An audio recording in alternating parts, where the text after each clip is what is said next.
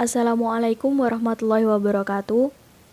Alhamdulillahirabbil alamin wassalatu wassalamu ala asyrofil anbiya'i wal mursalin sayyidina Muhammadin wa ala alihi washabbihi ajma'in. Amma ba'du. Yang kami hormati Bapak M. Adi Trisnawahyudi, SOS MM, selaku dosen pengampu mata kuliah Manajemen Strategik, serta seluruh teman-teman Manajemen 5A Universitas Hasyim Asy'ari. Kami dari kelompok 4 akan memaparkan sebuah materi yang berjudul Analisis Strategik Pengkajian Lingkungan. Sebelumnya, saya akan memperkenalkan nama-nama kelompok kami. Yang pertama, Mira Durratun Nasihah. Yang kedua, Indah Diana Marzuki. Yang ketiga, Lina Ati Nur Maulida. Yang keempat, Laila Ramadhana Rahma. Dan yang kelima, Muhazib Dwi Arista. Selanjutnya, pembahasan yang akan kita bahas kali ini yang pertama yaitu lingkungan eksternal yang meliputi ekonomi, teknologi, politik hukum, dan sosial budaya. Yang kedua, analisis lingkungan industri yang meliputi 5 kekuatan Porter. Yang ketiga, analisis lingkungan pesaing. Yang keempat, lingkungan internal dan keunggulan bersaing. Dan yang kelima, analisis rantai nilai. Materi pertama yaitu lingkungan eksternal, ekonomi, teknologi, politik dan hukum, sosial budaya. Lingkungan eksternal, daya saing industri lingkungan eksternal menjadi hal yang berperan penting.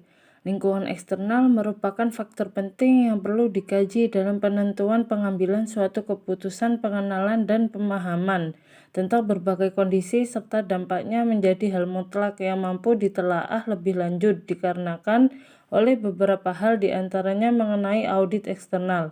Tujuan audit eksternal adalah untuk mengembangkan daftar yang terbatas tentang peluang yang dapat memberi manfaat dan ancaman yang harus dihindari seperti dijelaskan oleh istilah terbatas audit eksternal. Tidak ditujukan untuk mengembangkan daftar yang sangat panjang tentang semua faktor yang mungkin mempengaruhi suatu bisnis. Sebaliknya, ia ditujukan untuk mengidentifikasi variabel kunci yang menawarkan respon yang dapat dijalankan perusahaan. Harus dapat merespon secara agresif dan defensif terhadap faktor-faktor tersebut dengan formulasi strategi yang diambil keuntungan dari peluang eksternal atau meminimalkan pengaruh dari ancaman potensial.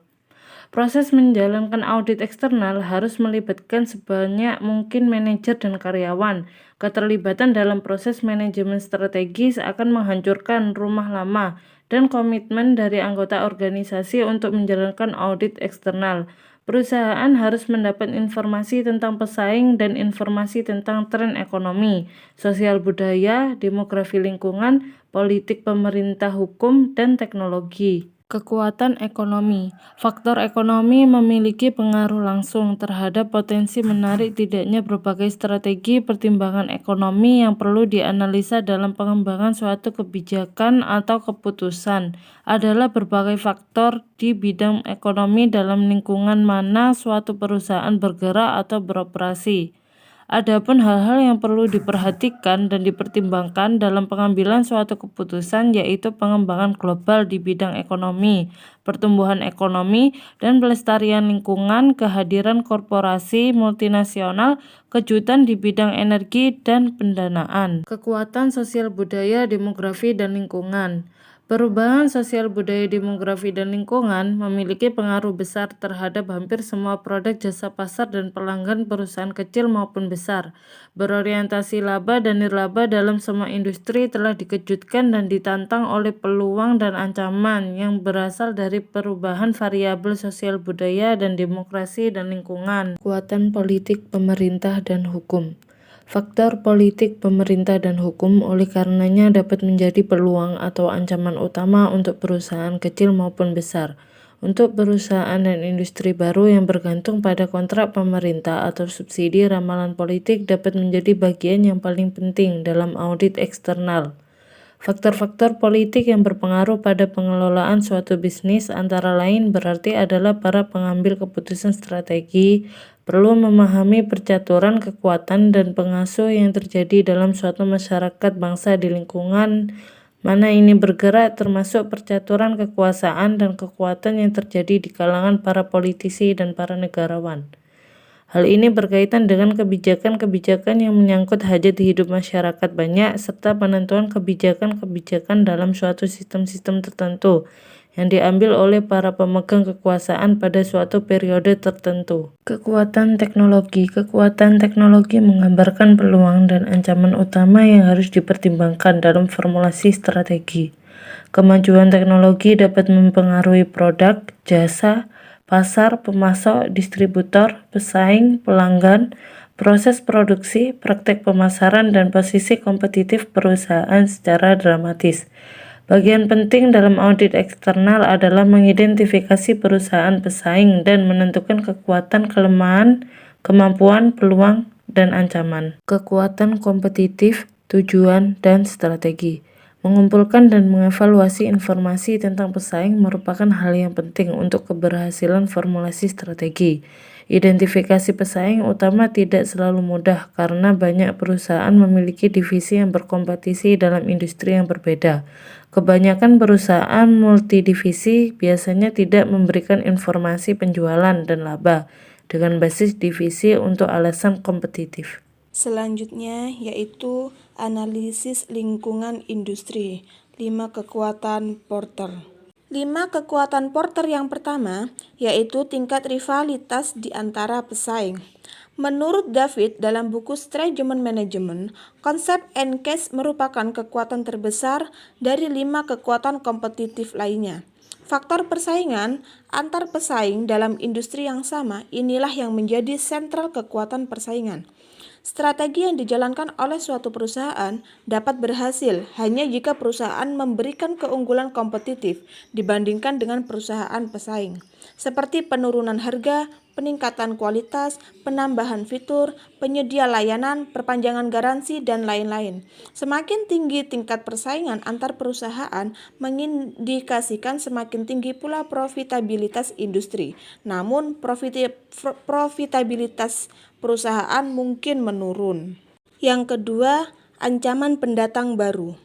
Semakin mudahnya perusahaan masuk ke suatu industri tertentu, maka intensitas persaingan antar perusahaan akan meningkat. Hambatan bagi masuknya perusahaan baru dapat mencakup kebutuhan untuk mencapai skala ekonomi secara cepat. Kebutuhan itu menguasai teknologi dan pengetahuan khusus, pengalaman yang kurang, tingginya loyalitas dari setiap konsumen, kuatnya preferensi merek, besarnya persyaratan dalam hal modal, saluran distribusi yang kurang, kebijakan yang ditekankan oleh pemerintah akses ke bahan mentah yang masih kurang, kepemilikan paten, lokasi yang kurang menguntungkan, serangan balik dari perusahaan yang diam-diam berkubu, dan potensi penyaringan pasar. Yang ketiga, ancaman produksi substitusi. Di banyak industri, perusahaan kompetitif ketat dengan produsen produk pengganti, di mana akan sangat berpengaruh apabila produk pengganti tersebut memiliki harga yang lebih murah dan biaya peralihan konsumen yang juga turun. Ancaman produk pengganti dapat dijelaskan oleh faktor-faktor, yaitu harga relatif dalam kinerja barang pengganti, biaya pengalihan ke produk lain, dan kecenderungan pembeli untuk mengganti produk. Yang keempat yaitu kekuatan tawar-menawar produk. Dalam tawar, pemasok mempengaruhi intensitas persaingan di suatu industri, khususnya ketika terdapat sejumlah besar pemasok atau ketika hanya terdapat sedikit bahan mentah pengganti yang bagus, atau ketika biaya peralihan ke bahan mentah lain sangat tinggi. Setidaknya, ada beberapa faktor yang dapat meningkatkan kekuatan tawar pembeli. Faktor tersebut antara lain yaitu pangsa pembeli yang besar, biaya pengalihan ke produk lain yang relatif kecil, banyaknya produk pengganti, dan minimnya diferensiasi produk. Yang kelima yaitu kekuatan tawar-menawar pembeli. Ketika konsumen berkonsentrasi atau berbelanja atau membeli dalam volume besar, daya tawar mereka menunjukkan kekuatan besar yang mempengaruhi intensitas persaingan di suatu industri. 3. Analisis lingkungan pesaing. Pengertian lingkungan pesaing. Lingkungan persaingan merupakan bagian dari lingkungan bisnis eksternal yang terdiri dari banyak perusahaan yang mencoba untuk menarik pelanggan di pasar yang sama, di mana tingkat dari intensitas ditentukan oleh kekuatan persaingan. Dalam sistem perusahaan yang bebas, tidak semua industri sama persaingannya. Menurut Mudrajat Kuncoro, persaingan adalah keadaan ketika organisasi berperang atau berlomba untuk mencapai hasil atau tujuan yang diinginkan, seperti konsumen, pangsa pasar, peringkat survei, atau sumber daya yang dibutuhkan. Michelle Porter, dalam Strategi Kompetitif, mengatakan bahwa strategi kompetitif pertandingan pada suatu perusahaan harus terpusat pada intensitas persaingan di dalam perusahaan, di mana tingkat dari intensitas ditentukan oleh kekuatan persaingan. Dalam sistem perusahaan yang bebas, tidak semua industri sama persaingannya. Para ekonom telah mengidentifikasi 4 tingkat persaingan dasar dalam sistem perusahaan, yaitu persaingan sempurna, persaingan monopolistik, oligopoli, dan monopoli. Pemasar mengklasifikasikan industri menurut yang pertama jumlah penjual, yang kedua tingkat diferensiasi produk, yang ketiga kehadiran atau ketiadaan penghalang untuk keluar masuk, dan yang keempat struktur biaya, kelima tingkat integrasi vertikal, yang keenam tingkat globalisasi. Jenis-jenis pasar pesaing, yaitu yang pertama pasar merek, perusahaan yang menawarkan produk sejenis kepada pasar yang sama dengan harga yang relatif sama, misalnya teh botol Sosro dan Fresti. Yang kedua, persaing industri. Persaingan dalam satu industri tidak hanya satu produk, misalnya teh botol Sosro industrinya tidak hanya industri teh dalam botol, tetapi semua minuman. Karena itu pesaingnya adalah Coca-Cola, Aqua, dan lain-lain. Yang ketiga, pesaing bentuk. Pesaing bentuk persaingan dalam bentuk produk yang sama, misalnya persaingan antara teh botol Sosro dengan susu ultra, yogurt, dan lain-lain. Yang keempat, pesaing umum. Persaingan umum, persaingan pada semua industri, misalnya antara teh botol Sosro dengan sari roti, dan lain-lain. Tugas pemimpin pasar, yaitu yang pertama, memperluas total pasar, menambah pelanggan baru, meningkatkan jumlah penggunaan atau frekuensi konsumsi. Yang kedua, mempertahankan pangsa pasar, mempertahankan posisi dengan cara mempertahan sisi, preemptif, serangan balik, mobile, dan bertahan kontraksi. Yang ketiga, memperluas pangsa pasar. Perusahaan harus mempertimbangkan 4 faktor sebelum mengejar peningkatan pangsa pasar. Di antaranya, kemungkinan memprovokasi tindakan antitrusti, biaya ekonomi, melakukan kegiatan pemasaran yang salah, dan pengaruh peningkatan pangsa pasar terhadap kualitas aktual dan kualitas anggapan. Strategi penyerang pasar, yaitu yang pertama, serangan frontal, yang kedua, serangan flank atau sisi, yang ketiga, serangan pengingkaran, encirclement, keempat, serangan melewati, bypass, yang kelima, perang gerilya. Strategi pengikut pasar, yaitu yang pertama, pemalsu, yang kedua, pengklon, yang ketiga, peniru, dan yang keempat, mengadopsi. Selanjutnya, pembahasan yang keempat yaitu lingkungan internal dan keunggulan bersaing. Yang pertama, pengertian lingkungan internal. Lingkungan internal terdiri dari struktur, budaya, dan sumber daya. Lingkungan internal perlu dianalisis untuk mengetahui kekuatan dan kelemahan yang ada dalam perusahaan. Menurut Peter et al., pada tahun 1996 menjelaskan bahwa lingkungan internal perusahaan merupakan sumber daya perusahaan atau the firm's resource yang akan menentukan kekuatan dan kelemahan dalam perusahaan tersebut. Selanjutnya, keunggulan bersaing. Pengertian keunggulan bersaing menurut Porter pada tahun 1986 adalah kemampuan suatu perusahaan untuk meraih keuntungan ekonomis di atas laba yang mampu diraih oleh pesaing di pasar dalam industri yang sama. Perusahaan yang memiliki keunggulan kompetitif senantiasa memiliki kemampuan dalam memahami perubahan struktur pasar dan mampu memilih strategi pemasaran yang efektif. Konsep keunggulan bersaing perusahaan banyak dikembangkan dari strategi generik yang dikemukakan oleh Porter pada tahun 1985.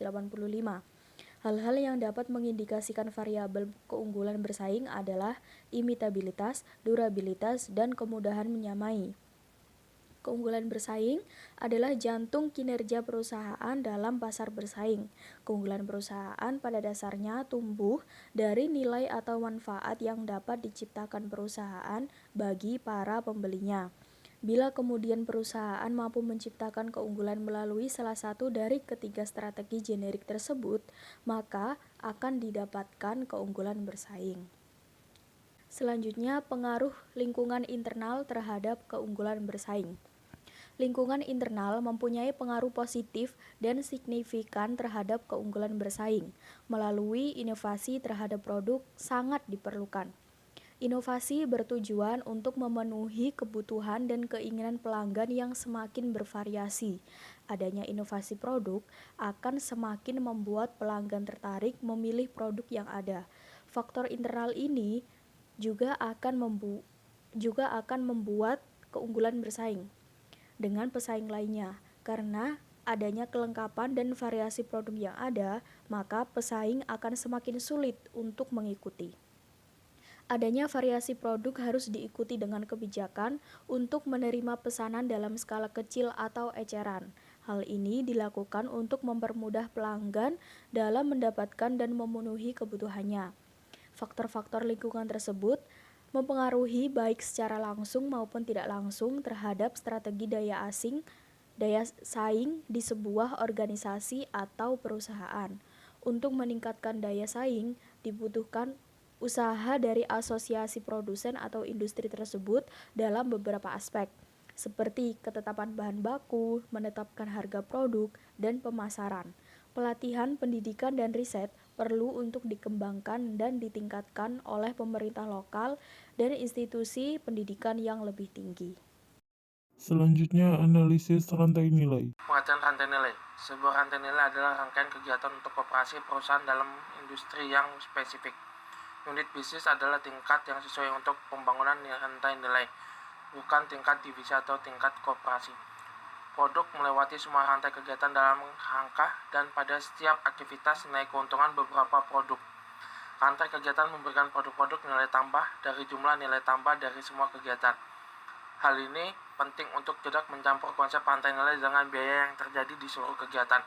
Sebagai bagian dari lean principle, pencapaian nilai yang spesifik yang diinginkan pengguna akhir serta usaha untuk menciptakan dan mempertahankan nilai tersebut pada setiap tahapan pelaksanaan produksi perlu diperhatikan untuk menciptakan kondisi produksi yang memberikan nilai maksimum dengan pemborosan yang minimum atau disebut sebagai produksi ramping.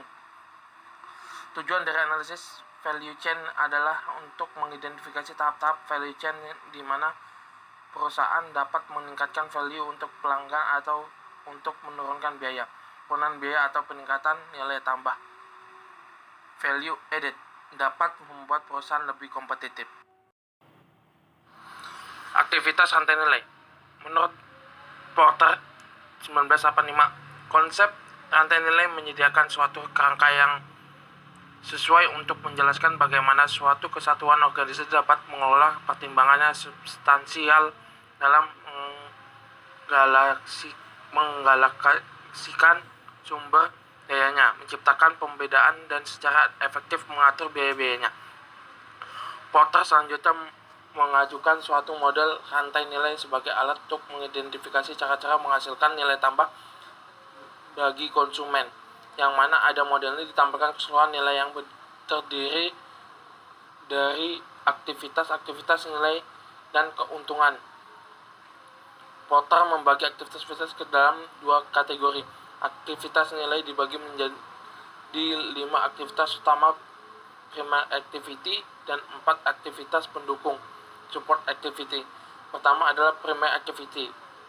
Aktivitas primer, yaitu aktivitas yang berkaitan dengan penciptaan fisik produk, penjualan, dan distribusi ke para pembeli, dan layanan setelah penjualan. Aktivitas ini terdiri dari inbound logistik, operation, outbound logistik, marketing and sales service. Kedua adalah support aktivitas yang menyediakan dukungan yang diperlukan bagi kelangsungannya aktivitas primer.